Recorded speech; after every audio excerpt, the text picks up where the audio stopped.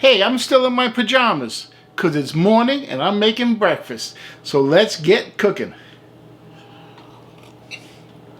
Wow, I make terrible coffee. So today we're doing avocado toast. So the first thing we have to address is the avocado. And I buy the avocados, if I'm going to use them immediately, I buy them black already. That means they're kind of ripe. I give it a very slight squeeze. They should give a little bit, not too much. Then it's overripe, it could be black inside. Just a little squeeze and say, okay, it gives a little bit. It's still hard, but it gives a little bit. That's perfect. Perfect. So what I'm going to do is I'm going to cut it. There's a seed inside, so I'm going to cut it all around the seed, like that. Twist it. There you go. And this is perfectly ripe. You see there's no black spots inside. Very nice. Carefully hit that seed so you get that knife stuck in the seed. Give it a twist and that seed comes right out. Then what I do is I cut these into quarters. And now they're very easy to peel. How's that? There you go.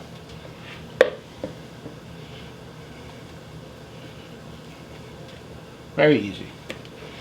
Okay, and then you want to mash them. I use a potato masher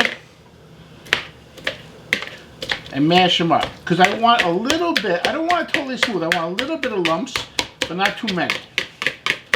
I just mash them up good, and then we have to add some acid to it. I'm gonna use a lime. I think limes are classic. You can use lemon if you want, but I suggest lime. Hey, it's me, Chef Dan, and I'm here to tell you to always use fresh lemon or lime juice, not the processed stuff. Use a fork and move the fork back and forth as I squeeze the lime. And look at that juice coming out of there. Move the fork the other way, squeeze the lime. Keep moving the fork around, just squeezing the lime and move that fork.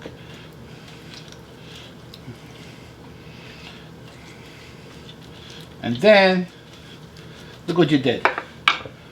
No more juice in there. Perfect. The only other thing I have to add is a little bit of salt, and this is going to take about a quarter of a teaspoon salt. Not too much. Mix it up, and you got it.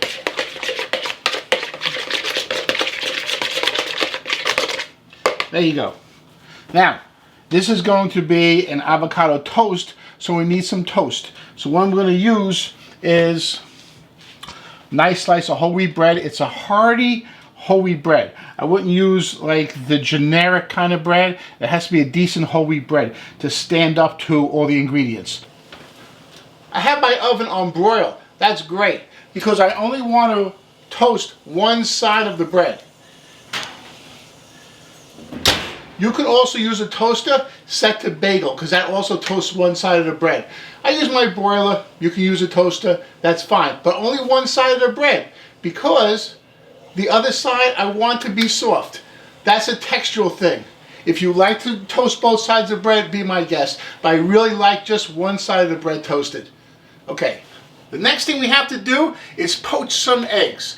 I like a poached egg on top because then you cut into it, it creates a nice sauce for this dish. I don't like just to have avocado on toast. It's got to be something special. And this egg cooked softly is going to give you a nice, creamy, rich sauce for that avocado. Poached egg starts with water. And about a half a teaspoon salt. So what I do is I put some acid in the water and I'm going to use the other half of the lime.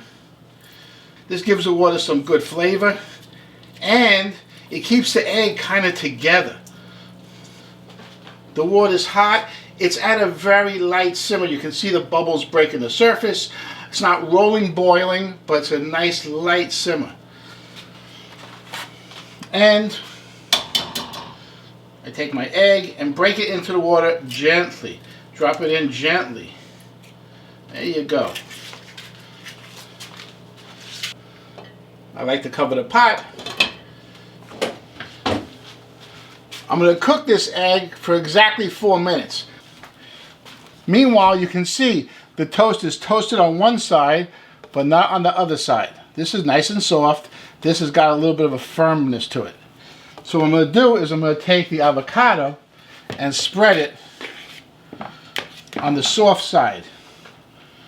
And I like a little extra avocado. Don't spread it like it's butter and give a thin layer. Spread it a little bit thicker like that. Oh, beautiful. Okay. I put it on my plate, and I'm going to give it a little bit of garnish. I want to make this special. I want to make it so that it tastes like something that has a little texture to it. So what I'm going to do is I'm going to put a little bit of chopped onion, a teaspoon of chopped onion on there, and sprinkle it on there. A little gets on the plate, that's good. That gives you a little design to the plate. A little bit of tomato.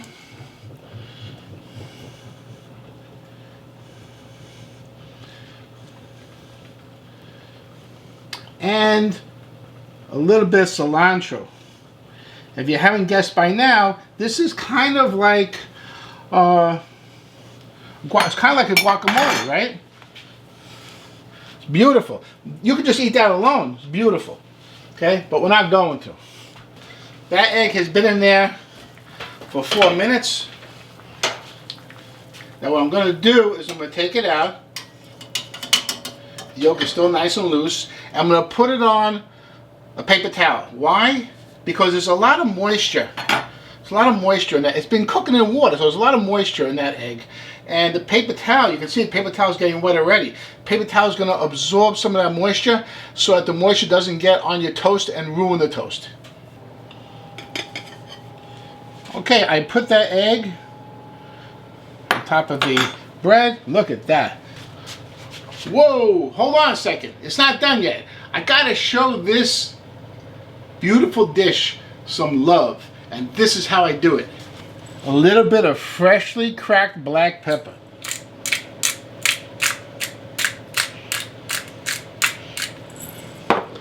Now, it's beautiful. Hey, this is a beautiful dish for breakfast, for brunch. How about New Year's brunch? How about Super Bowl Sunday brunch? Beautiful. Special occasion brunch, but it's so easy you can use it for any brunch, or breakfast, or lunch. Now, if you like this, you gotta check out my potato waffle. Another excellent idea and video. I'll see you there.